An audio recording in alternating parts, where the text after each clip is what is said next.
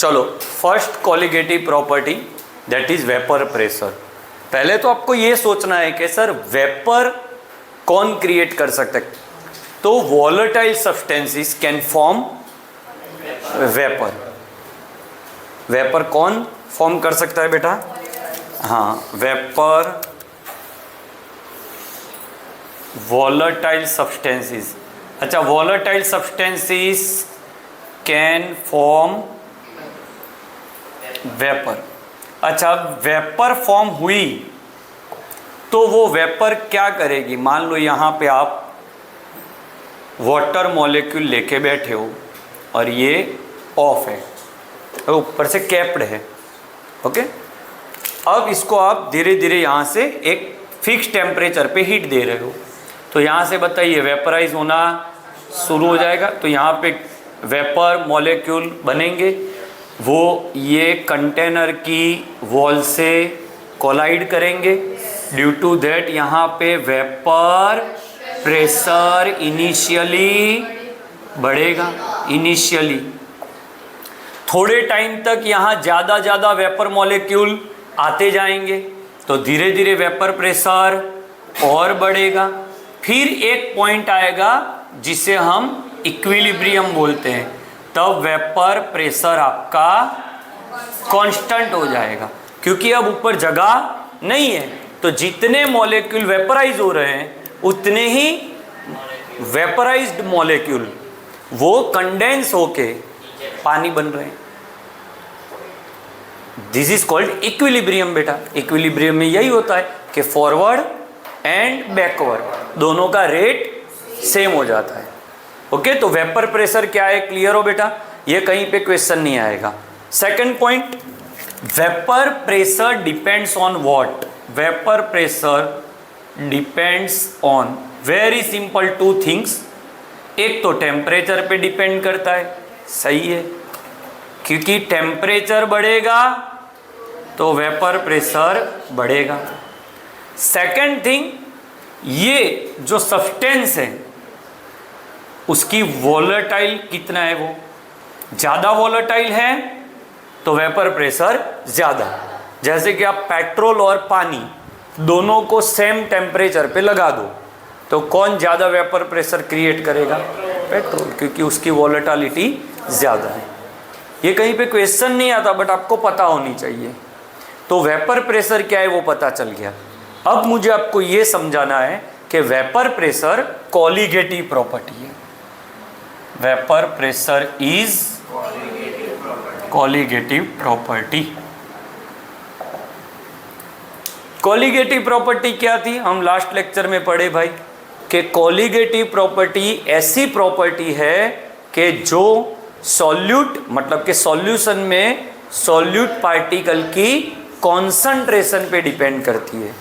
तो मुझे अभी सिर्फ ये प्रूव करना है कि वेपर प्रेशर भी सॉल्यूट पार्टिकल के कॉन्सेंट्रेशन पे डिपेंड करना है। थोड़ी देर लगेगी पर 100% आपको बोल रहा हूँ एकदम क्लियर हो जाएगा। लेट्स से एक बीकर ले रहा हूँ मैं, ये बीकर में सिर्फ वॉलेटाइल सब्सटेंस में ले रहा हूँ, ओनली वॉलेटाइल सब्सटेंस। मान लो पानी ले रहा हूँ मैं, पानी, तो ये पानी के मॉलिक्यूल है सब भी, ओके। ऊपर से इसको बंद कर रहा हूँ, इसको मैं टेम्परेचर कोई भी एक फिक्स टेम्परेचर लगा दो बेटा 25। बोलो ये वेपराइज होना। अच्छा, तो यहाँ जो प्रेशर मिला that is known as P1 naught. Can you tell me why I have written P1 not?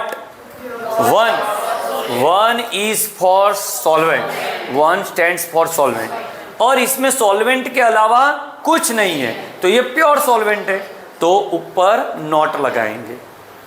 Clear है? ओनली सॉल्वेंट, उसका vapour pressure denotes by P1 naught. अब आप इसमें मान लो एक नॉन वॉलेटाइल मतलब ऐसा सब्सटेंस कि जो वेपर प्रेशर वेपर फॉर्म नहीं कर सकता, लाइक यूरिया, ग्लूकोज, ये सब है, NaCl, ये थोड़ी वेपराइज होते हैं, उसके अंदर पानी वेपराइज हो जाता है, वो नहीं होते। Non volatile solute if I add what happens? Now it becomes solution. Am I right? अभी क्या है ये? Pure solvent. अब इसमें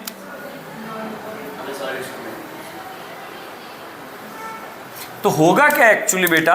पहले कितने मॉलिक्यूल थे? 6. 1 2 3 4 5 6. अब हो जाएंगे 4. सर ऐसा कैसा 4 हो गया? क्योंकि आपने नॉन वॉलेटाइल सॉल्यूट भी तो ऐड किया है. वो क्या करेगा? कुछ सरफेस एरिया को वो भी ऑक्यूपाई कर लेगा. समझे? अब इसको बंद करो और इसे भी वही टेम्परेचर पे हीट दो जो यहां दिया था. What do you think? क्या सेम वेपर प्रेशर क्रिएट होगी कि कम होगी कि ज्यादा होगी? कम होगी. क्यों कम होगी?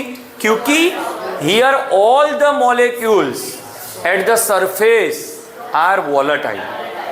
But when you add non-volatile solute, listen carefully, when you add non-volatile solute in volatile solvent, some fraction of surface area is now being occupied by non-volatile solute. Understood? क्या लिख सकते हो बेटा आप? Now some fraction of surface area covered by, occupied by non-volatile solute also. Initially it is only occupied by solvent. So at 25 degrees Celsius all the molecules here are ready to vaporize. But now at the same temperature how many molecules is now going to vaporize? Only 4. और अब यहां जो vapour pressure मिल रहा है it is denoted bye P1. ऊपर से note हट गया. क्यों हट गया? क्योंकि अब ये प्योर नहीं है. सर अभी भी आपने तो 1 लगाया हुआ है क्योंकि अभी भी ये जो वेपर प्रेशर मिल रहा है वो अभी भी सॉल्वेंट के कारण है.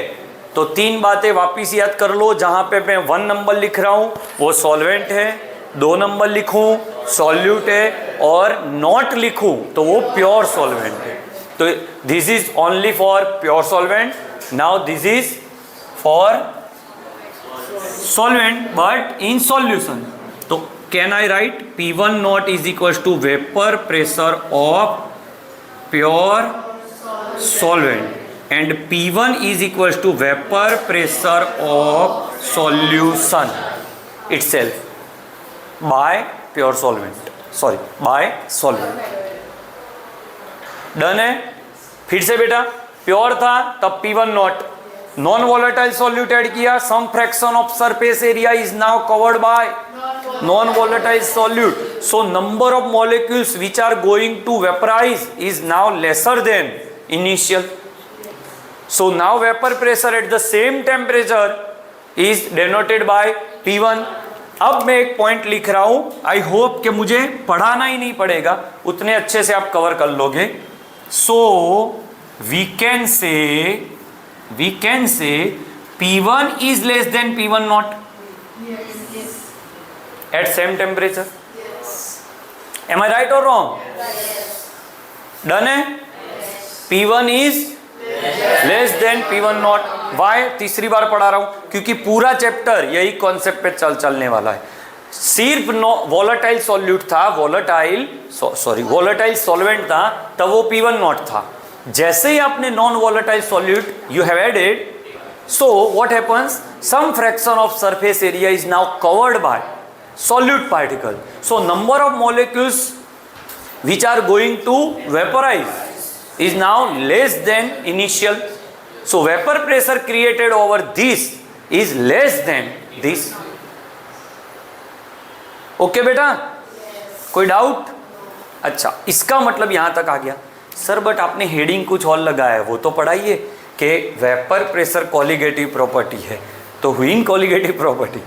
सॉल्यूट पार्टिकल डालते ही वेपर प्रेशर चेंज हो गया। तो vapour pressure is function of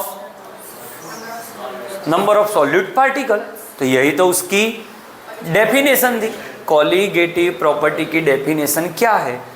properties of solutions which depends on concentration of solute particles and just we have discussed। Sir और अच्छे से चलो मान लो और थोड़ा सॉल्यूट डाल दिया, क्या होगा? और सरफेस एरिया ऑक्यूपाई हो जाएगी और वेपर प्रेशर डाउन होगा। तो हो गई बात कि वेपर प्रेशर चेंज हो रहा है। If you change the concentration of solute particles, या सॉल्यूशन भी आप बोल सकते हो। डन है बेटा? अच्छा, वेपर प्रेशर कम हो रहा है कि बढ़ रहा है? कम हो रहा है, कम हो रहा है ना। सो कैन आई राइट कि जैसे जैसे सॉल्यूट पार्टिकल्स बढ़ रहे हैं वेपर प्रेशर कम हो रहा है। So can I right inversely proportional to the concentration। now you recall last lecture, उसमें मैंने ये लिखा था कि vapour pressure is inversely proportional to the concentration. जैसे जैसे कॉन्सेंट्रेशन आप सॉल्यूट की बढ़ाओगे बेटा वेपर प्रेशर कम होता जाएगा। तो ये इनवर्स प्रोपोर्शन हो गया। सर कितना कम हुआ, कैन यू टेल? तो this is called delta P, lowering in vapour pressure. कितना लोअर हुआ बेटा? तो पहले P1 नॉट था, अब क्या हो गया? P1। तो इतना कम हुआ। मान लो पहले 10 था, अब 8 हो गया। तो लोअरिंग कितना हुआ? 2 हुआ ना? पता चल रहा है?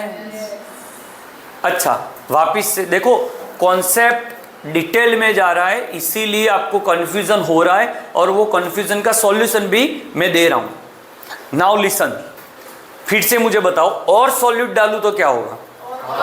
क्या कम होगा? ये कम होगा? अच्छा बताइए, ये कम होगा? अब ये कम होगा तो ये बढ़ेगा। एम आई राइट? नहीं पता चला बेटा? ये कम होगा तो नेगेटिव वाला पार्ट, और वो कम होगा तो ये बढ़ेगा। तो vapour pressure is inversely proportional to concentration, but lowering in vapour pressure is directly proportional to the concentration. नहीं नहीं नहीं नहीं, नहीं। वापिस से, जैसे ही मैंने सॉलिड पार्टिकल ऐड किया वेपर प्रेशर नीचे आ गया। तो vapour pressure is inversely proportional to concentration. अब वेपर प्रेशर कम हुआ तो P1 कम हुआ। ये तो कम नहीं होगा क्योंकि तो वही है, मैंने पहले ही बताया था, प्योर सॉल्वेंट कॉलीगेटिव प्रॉपर्टी नहीं है। अच्छा, ये कम हुआ, जैसे ही ये कम हुआ तो नेगेटिव वाला पार्ट, तो वो कम हुआ तो ये बढ़ गया। तो lowering in vapour pressure is directly proportional. I hope now you are very much clear about this. Done है बेटा? अब ये कितना कम हुआ उस पे एक बेहतरीन कॉन्सेप्ट, राउल्ट्स लॉ। कहो बेटा, राउल्ट्स। अब क्या है राउल्ट्स लॉ? बहुत सिंपल है। Vapour pressure of any solution is directly proportional to the mole fraction of volatile substance. देखो ऐसे, ये वेपर प्रेशर कितना बना, इट डिपेंड्स कि यहाँ मॉलिक्यूल कितने हैं। जितने उसके मॉलिक्यूल ज्यादा उतना वेपर प्रेशर उसका ज्यादा। तो can I write P1 is proportional to X1। 1 for solvent, please बेटा, P1 is proportional to X1। क्या है? फिर से पढ़िए, ये P1 डिपेंड करता है ये ग्रीन बॉल्स पे कि ये ब्लू बॉल्स पे, क्योंकि वो तो सॉल्वेंट है। तो जितने ब्लू बॉल्स ज्यादा होते उतना P1 ज्यादा होता। तो अभी मोल फ्रैक्शन ज्यादा ब्लू का, तो वेपर प्रेशर ज्यादा। अब जैसे ही आप ग्रीन बॉल्स ज्यादा डालोगे तो मोल फ्रैक्शन ब्लू का कम होना शुरू हो जाएगा, तो इसका वेपर प्रेशर कम होना शुरू हो जाएगा। तो राउल्ट्स सिंपल बता के चला गया कि at constant temperature the vapour pressure of substance is directly proportional to mole fraction of that substance in the solution. One more time बेटा, रट्टाफिकेशन के ओके चल रहा है. Vapor pressure of any substance is directly proportional to mole fraction of that substance in that solution. Understood? Yes. अब एक और बात, P1 is, अब प्रोपोर्शनलिटी निकलेगा, एक कांस्टेंट लगा. अब वो कांस्टेंट देखो P1 नॉट लगा. अब वो कैसे लग रहा है वो भी मैं एक्सप्लेन कर रहा हूं, टेक्स्ट बुक में नहीं है. ये कैसे आया सर? सर अगर मान लो कि x1 इक्वल 1 होता, x1 इक्वल 1, फिर से बताइए x1 क्या है? मोल फ्रैक्शन ऑफ सॉल्वेंट. अब थोड़ा माइंड अप्लाई करना बेटा. x1 इक्वल 1 है तो बताइए ये वाला बीकर है कि ये वाला बीकर है?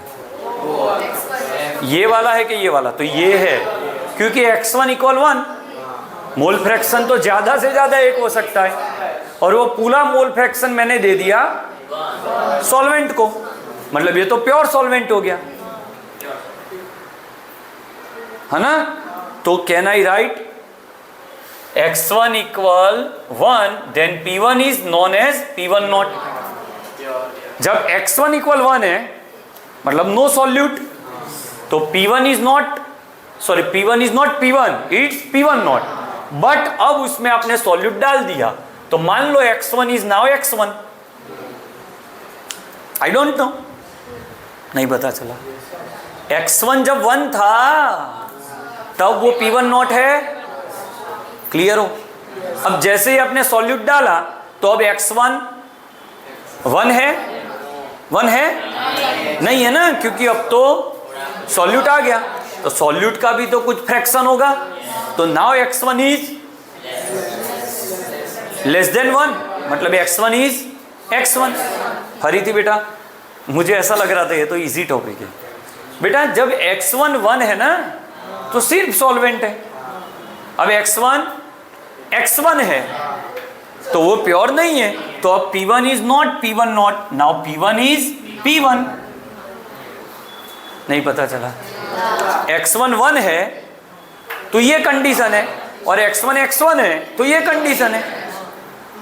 तो क्रॉस मल्टीप्लाई करो, बोलो cross multiply. P1 into 1 P1 naught x1. Hence proved. No text book, not a single text book can teach you कि कैसे प्रोपोर्शनलिटी लिया मैंने. सब ये सिंपल है, सब लगा देते हैं कि P1 नॉट है. सर इसको हेनरी से कंपेयर करो, आपको और अच्छा लगेगा. ये हेनरी ही है, हेनरी भी तो यही बोल रहा था, P is proportional to X, but वो है सॉल्युबिलिटी के लिए और ये है वेपर प्रेशर के लिए. दोनों में फर्क है, फॉर्मूला सेम है बट दोनों का कांस्टेंट अलग है, दोनों का मोटिव अलग है. एक सॉल्युबिलिटी के लिए है और एक वेपर प्रेशर. बोलो ये कॉन्सेप्ट क्लियर? अब next point, P1 equal P1 naught x1. सही? Can I write 1 minus x2. Now I want to find effect of solute. ये तो पता चल गया कि सॉल्वेंट के कारण वेपर प्रेशर है, बट सॉल्यूट के लिए सॉल्यूट डालने से कितना वेपर प्रेशर कम हुआ उसका फॉर्मूला डिराइव कर रहा हूं. तो बताइए P1 equals P1 not x2. ये माइनस वाला टर्म यहाँ ले ले, इसको यहाँ ले लो, तो P1 not x2, P1 naught minus P1, so x2 equal P1 naught minus P1 divide by P1 naught. अब ये क्या है इसको सुनिए, लास्ट पॉइंट में, लास्ट 2 मिनट. वंडरफुल कॉन्सेप्ट, कोई डाउट नहीं रहा होगा. अच्छा, P1 नॉट माइनस P1 क्या था? Delta P, that is called lowering in vapour pressure. But when you divide it by P1 naught, it is called relative lowering in vapour pressure. मैं बोलूं मेरे 20 रुपए की नोट, 20 रुपया कहीं पे मिस हो गया, चला गया, तो बताइए मुझे कितना नुकसान हुआ? 20 रुपया। बट मैं बोलूं साला 100 रुपीज था, 20 रुपीज चला गया, तो 20 divide by 100, this is called relative loss. नहीं पता चला? सिर्फ मैं बोलूं कि अभी मैं आ रहा था, 20 रुपया कहीं पे गिर गया तो लॉस हुआ, बट मैं बोलूं 100 था, 20 चला गया, तो वो हो गया रिलेटिव लोअरिंग इन प्रेशर, कि भाई P1 नॉट था, उसमें से P1 नॉट माइनस P1 का लॉस हुआ। डन है? तो अब इसको ऐसे लिख सकता हूं बेटा, P1 naught minus P1 by P1 naught equals x2, और इसे लिखो आप डेल्टा P, और वापिस से आपके सर ने वो प्रूव कर दिया बेटा कि delta P is proportional to concentration, delta P is proportional to concentration, वापिस से प्रूव कर दिया। समझे? यहां पे कैसे कैसे ट्विस्ट आ सकते हैं, x2 की जगह आपको x1 दे दे और बोले relative lowering in vapour pressure find करिए। कई बार आपको यहाँ परसेंटेज वेट बाय वेट दे दे, तो वेट बाय वेट से मास मिल जाएगा, mass divide by molecular mass करोगे तो मोल मिलेगा, मोल डिवाइड बाय टोटल मोल्स करोगे तो मोल फ्रैक्शन मिलेगा, इसे यहाँ डाल दो तो भी मिल गया। मोस्ट इंपॉर्टेंटली कई बार मोलालिटी गिवन होगी तो मोलालिटी से भी x2 निकाल सकते हो, इतने ट्विस्ट कर सकते हैं वो। क्लियर है पूरा? लास्ट 2 मिनट पूरा आपको मैं बता रहा हूं वेपर प्रेशर क्या होता है। तो वॉलेटाइल सब्सटेंस ही वेपर क्रिएट करते हैं, वो जहां वेपर क्रिएट करते हैं वो टकराते हैं उसकी वॉल से, जहां से प्रेशर निकलता है vapour pressure. Initially vapour pressure कम होता है, टाइम जाते जाते वेपर प्रेशर बढ़ता है, इक्विलिब्रियम पे वो वेपर प्रेशर कांस्टेंट हो जाता है, क्योंकि rate of both the sides will be same, depends on temperature as well as type of liquid, volatility उसकी क्या है, इसका ज़्यादा कंसिडरेशन नहीं है। फिर मैंने शुरू किया कि वेपर प्रेशर कोलिगेटिव प्रॉपर्टी है सर, तो प्योर सॉल्वेंट होगा तो all molecules are ready to vaporise, but when you add non volatile some fraction of surface area is now occupied by the solute particles, so vapor pressure is now decreased. This is due to adding of solute, so we can say vapor pressure is the colligative property. नहीं तो change नहीं होना चाहिए था, but change हुआ। फिर मैंने आपको पढ़ा कि जैसे जैसे सॉल्यूट ऐड करोगे वेपर प्रेशर ऐसे ऐसे कम होगी, तो कॉन्सेंट्रेशन बढ़ रहा है, वेपर प्रेशर कम हो रहा है, सो P1 is inversely, but delta P is lowering. अब ये टर्म लेस कम हो रहा है तो नेगेटिव पार्ट आपका कम हो रहा है, तो ये टर्म आपका बढ़ रहा है, तो lowering in vapour pressure is proportional to, but P1 is inversely proportional to. Okay, then हमने राउट लॉ पढ़ा। ओके, राउट लॉ क्या है कि कोई भी vapour pressure is proportional to the mole fraction of that substance, and lowering in vapor pressure, relative lowering in vapor pressure is equals to mole fraction of solute। 2 लगा ना, 2 मतलब solute। I hope you got my point। Okay, stop।